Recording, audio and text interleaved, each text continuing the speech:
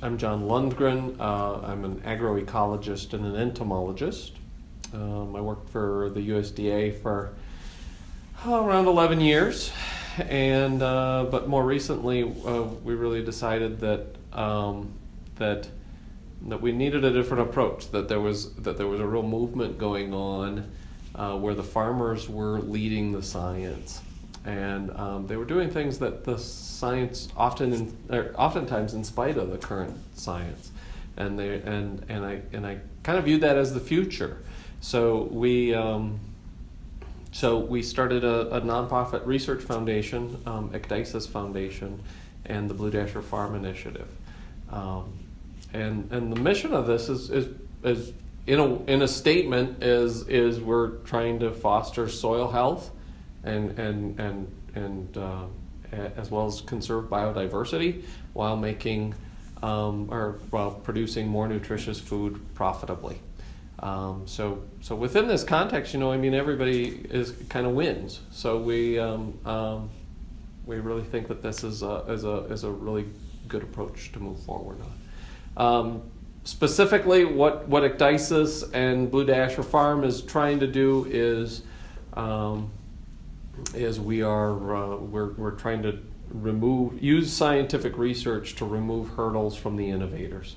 So the farmers, the beekeepers, the ranchers who are on the front edge of everything, as far as regenerative agriculture, removing hurdles and barriers to those guys using our science so that they can continue to innovate.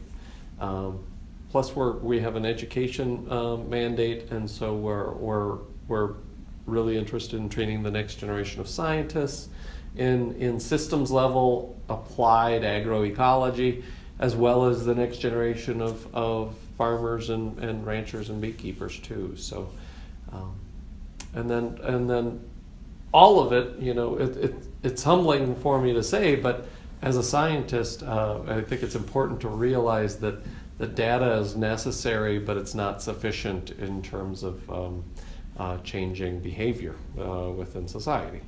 And so we really need to not just be providing scientific data, but also demonstrating that we know what we're talking about, right? Ultimately, we're starting in Esteline, South Dakota, right on the Minnesota border, but we want this to be a national network of centers for excellence in regenerative farming. And so when we decided to part ways with the USDA,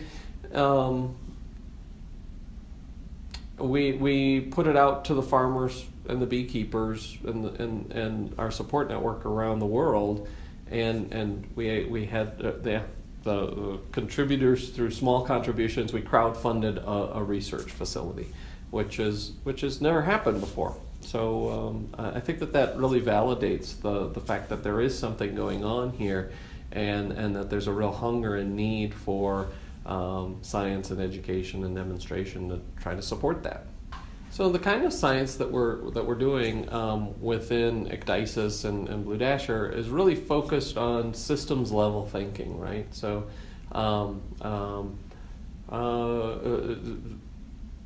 making what farmers are doing in their individual operations, that it's functioning for them, and making that scalable and transferable across a broad region.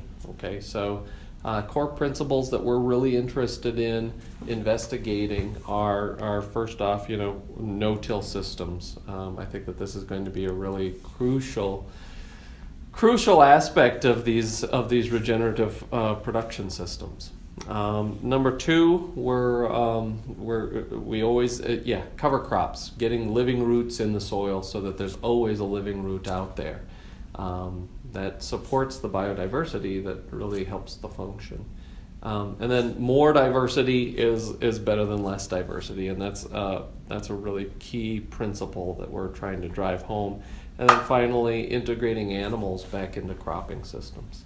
And all told, these are sort of four universal, concepts that seem to be generally applicable to a wide range of conditions.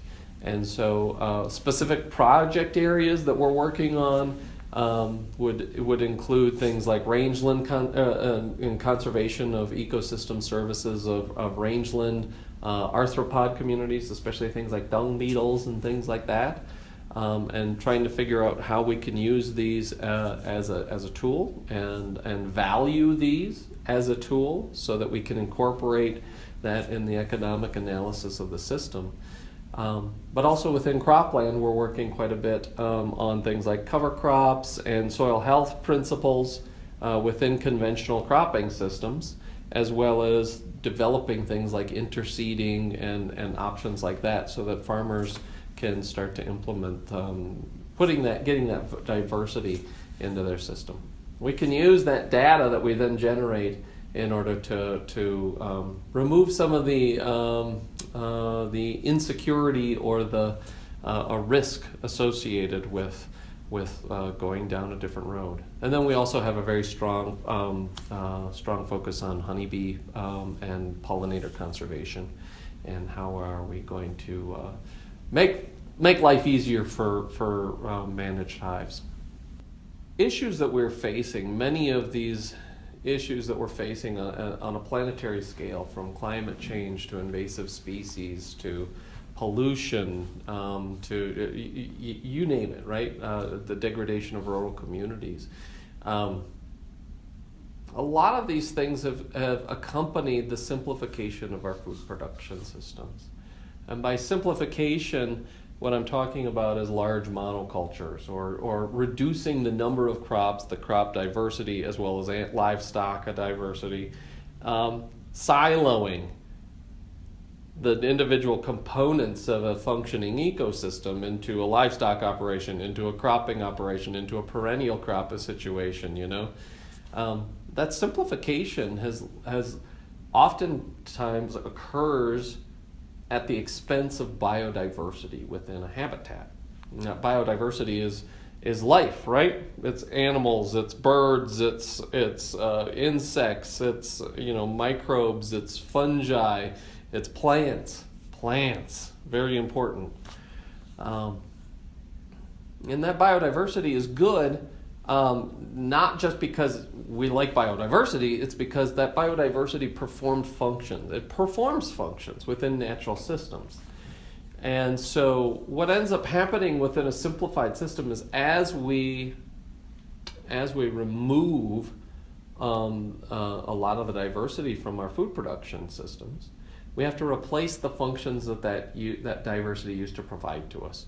And those functions include, like feeding the next generation of crops and mitigating pest problems and stuff like that. So how do we replace that diversity? We use an agrochemical. Maybe it's fertilizers, maybe it's an insecticide or an herbicide.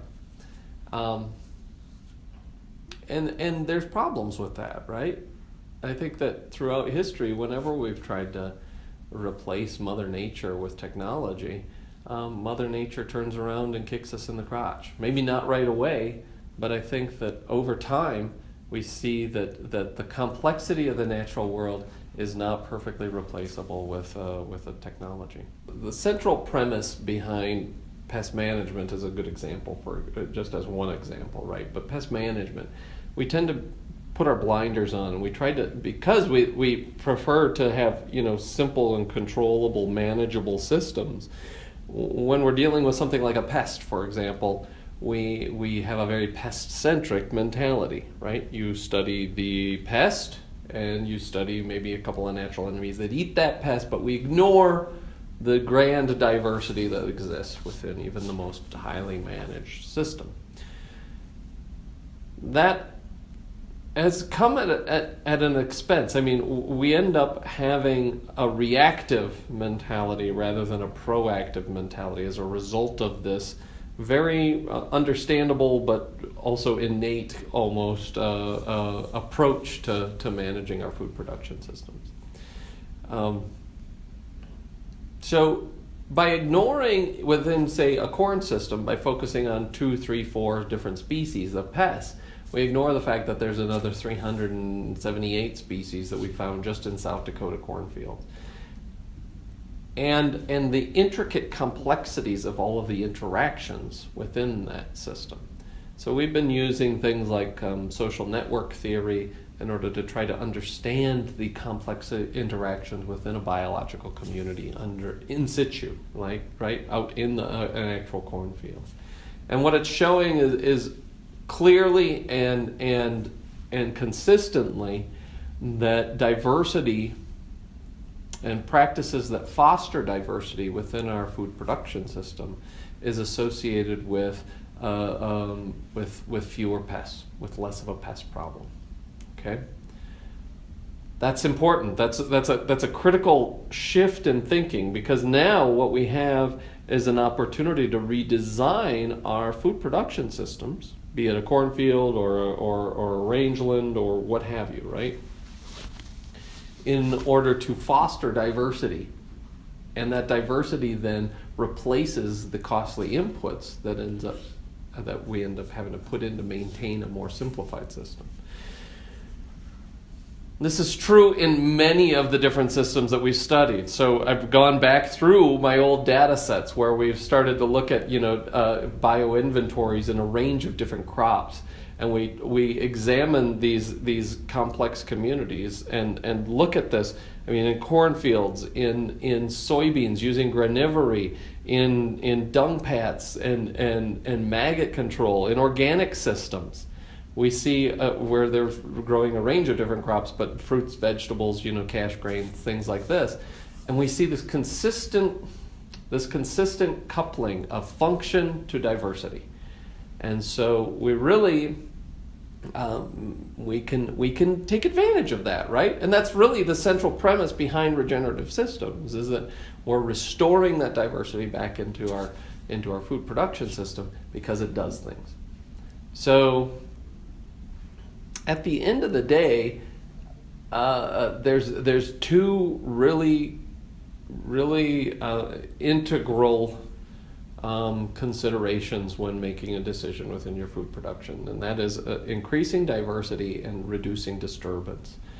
And as we design systems that use this, maybe this isn't just like, oh, diversity, we're going to plant a forest in our cropland or something like this. No, we're not talking about that. We're talking about very functional practices that farmers can implement, even given their current infrastructure of equipment and cropping systems and things like that. These could be as simple as implementing cover crops, or diversifying your rotation, or getting some interseed. If you've got a 30-inch row, then you've got 30 inches of bare soil between your soybean rows, for example. We can use that habitat to foster diversity, to capture the energy that's coming in from the sun and feed that whole system, that biological system.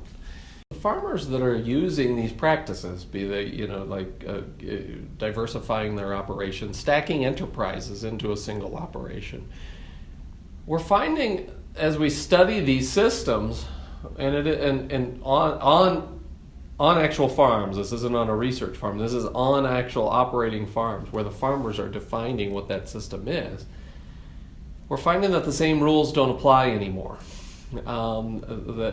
That taking a simple soil sample from a farmer that's using soil health principles and regenerative principles on their operation, that taking a simple soil sample and getting a recommendation for fertilizer rates, that doesn't work anymore. If it's being, as an example, one of my friends was recently growing corn in Nebraska, and the soil test told him to put 140 pounds of nitrogen onto his corn, and he put 40 on, and he got some of the highest yields in the county. So within pest management, action thresholds, where it says if you've got 250 soybean aphids, you need to spray. Well, when that soybean is grown within a healthy regenerative system, flush with biodiversity, then the plant is healthier and it's able to resist those aphids better. And you've got natural enemy communities or competition with the soybean aphid, and so you don't see those vast population outbreaks within that system. And so action thresholds no longer apply anymore. So it's really, what we're talking about is really a fundamental shift. And I think that we're going to end up having to relearn a lot of what we think we knew all along as we diversify out. So at the end of the day, when we talk to the farmers that are putting this into practice within very conventional systems, we see that we're not sacrificing the productivity of our food production system. We're making it all the better because these guys are more profitable. According to our data, they're more profitable than their conventional neighbors. And at the same time, they're conserving diversity and function within their system. So when we think about the footprint of our food production, 40% of the terrestrial land surface of our planet is currently devoted to food production, be it rangeland or cropland or both. That's a tremendous footprint, right? So I believe that we can use that footprint in our food production systems to solve planetary scale problems. In fact, I don't know how we're going to solve them without it, right? Without using our food production system. So to me, the question really isn't can we conserve diversity and produce food in the same place at the same time? The question for me is what's going to happen to us if we don't? And so I believe that there's a way forward here. Ecdysis Foundation and Blue Dasher Farm Initiative, we're gonna do whatever we can to try to help foster this transition over to a different mindset.